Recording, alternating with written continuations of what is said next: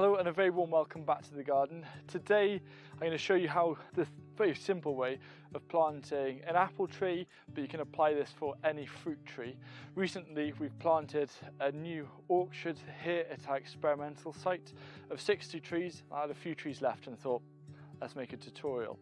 So the first thing you need to think about is you need to look for a blank space to plant a tree, and you need to think about rootstocks. This can cover so many different things, so just do a little bit of research, get a good understanding about the eventual end height of the tree, and always remember that trees tend to cast shade behind, so you want to make sure that when they do grow up that they're not going to cause any issues. But having a tree is a really nice way to add a bit of structure to your site. But this video is mainly focusing on the technique. Now, I know all too well how much we want to look after our plants and welcome them, especially with our annual vegetables. We know they want lots of compost, but this is a compost and fertility free way of planting a tree, because rather than putting all the fertility in the hole, I want to encourage the roots to go searching for the fertility.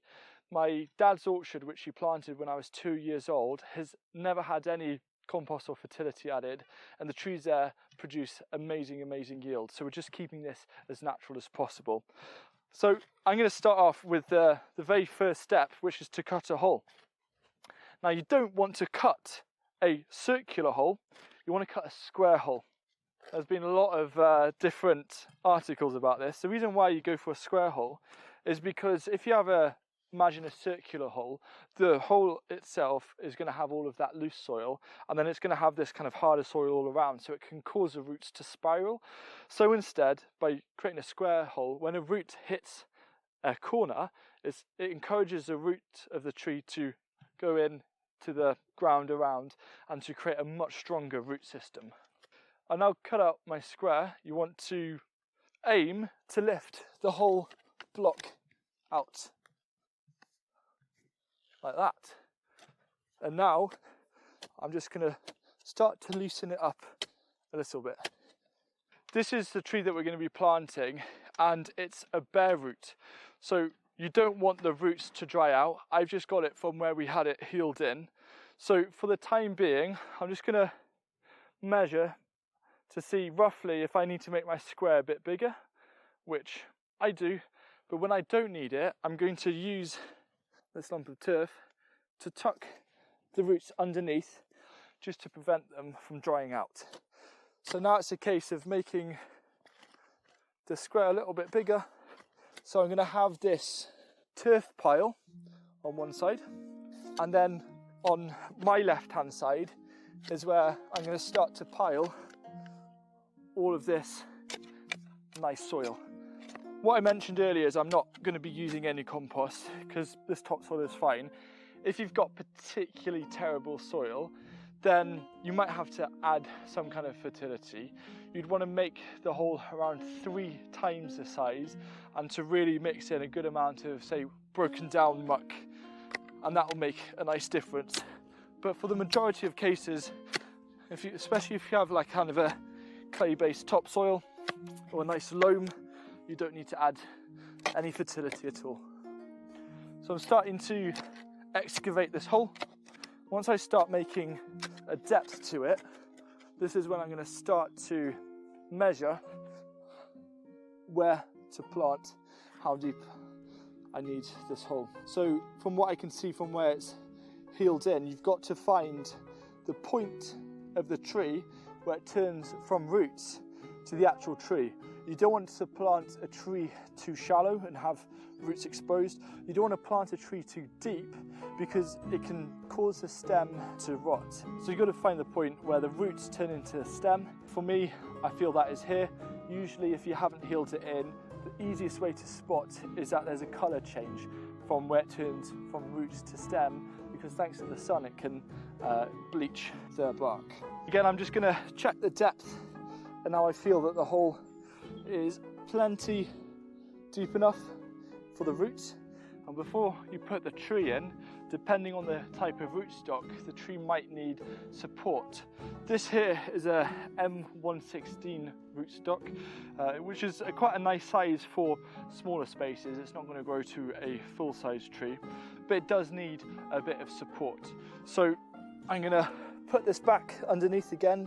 You know, it's so important to keep these roots as moist as possible. And now it's a case of putting in this stake.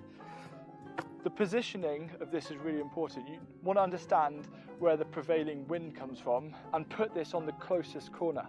Because if I put the stake here and planted the tree here, the wind is going to push the tree into the stake, which can damage it. However, by putting the stake firmly in front, it's almost acting as a protective barrier to keep the tree in place. So this is going in the very corner. You can use a mallet, but I've got a post knocker for this. And I want to make sure that it's kind of as upright as possible. It doesn't have to be absolutely perfect, but I need to make sure that it is nice and secure.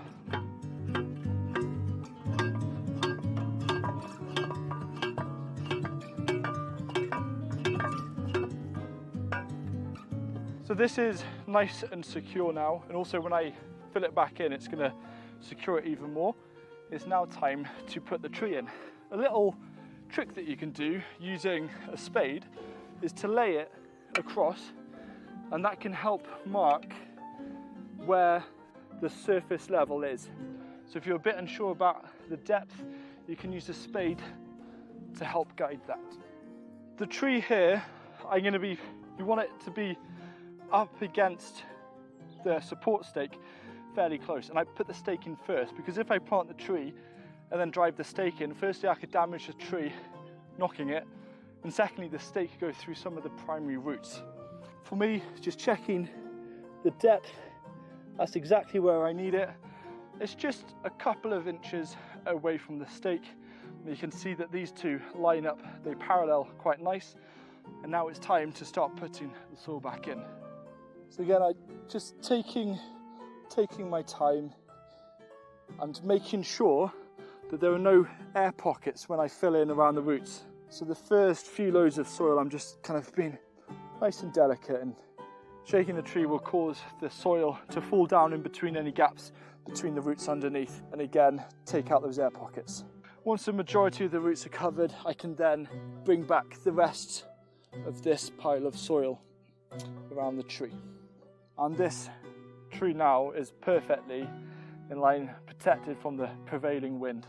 With this initial soil level, I'm just going to gently pat it down around, just so it's roughly the same level all around the hole. I know all too well how easy it is to plant something and forget to water it, so you want to make sure before I finish off planting it to give it a nice soaking, just to help welcome it into the new home. So I'll let that go down, and then I'll probably do around 5 litres of water per bare root tree that I put in. This has now been watered, and because I haven't firmed it in, there's still a lot of give, which is absolutely fine, but I do want this tree to stay. So using this turf pile that I took off initially, there's 2 stages to this. The first stage is to get your spade and to kind of chip away the bottom layer of soil, which I can also start to push in and around. But we're going to use absolutely everything. So once we've planted this tree, there's going to be no excess waste around. So it's actually a really nice tidy way, and you won't have any weird bits of turf to deal with after. So that's all of the grassless soil put in. I'm going to do an initial little pat down just to start to secure it. And now, using the turf flipped upside down like this, I can tear it apart if I need to, especially if we're going around the base of the tree. But I'm going to place this down you could almost imagine this as a bit like an inverse mulch, but it's a nice mulching layer, and by doing it upside down, you're not going to let that grass to grow through straight away. It's really important for fruit trees to have a clear stem, as clear as possible. So even if you are going to mulch them, which I'll mulch this after, you don't want the mulch touching the stem. The goal is that once I step down on this is going to be the exact same level as the grass around it and exactly at the depth that we want this tree to be. So just carefully, again, you can hold the tree in position. I'm just going to go around with my foot and really secure it in place. And I can see now that this is perfectly level, and I'm just going to work around it. Remember to do it around the post, up as close as possible to the tree. As you can see, that is standing there nicely. The next stage is to secure this to the post. There's so many different types of straps out there, so I'm not going to give a tutorial on that because there's loads to choose from. If you are though using a tree guard, if you've got rabbit problems for example, now would be the ideal time to put the tree guard on before you then secure it with a strap. The tree is now planted. Make sure that there's a bit of leeway in the strap. You can get ones that you can adjust the size, so as a tree grows you can adjust the strap nicely. The final thing I'm going to do is, this is just some hay, is I'm just going to mulch around, not up against the stem but around the stem. The main goal for this is to keep in the moisture, to keep in the water in the soil, because if we get some dry weather, usually I never bother watering a fruit tree as soon as it's planted, so I just want to make sure that its first few months of life is going to have plenty of moisture in the ground. And so there you have it. That is the very simple way of planting a fruit tree, just getting it into the ground. The best time to do this is during dormancy if it's bare root, but if it's in a pot you can do it all year, but preferably during the dormancy period. If you want to take your fruit tree planting to the next level, you may want to consider creating a guild. And my friend Niall from Niall's Garden has made a video which you can watch right here, so you can learn all about creating a fruit tree guild.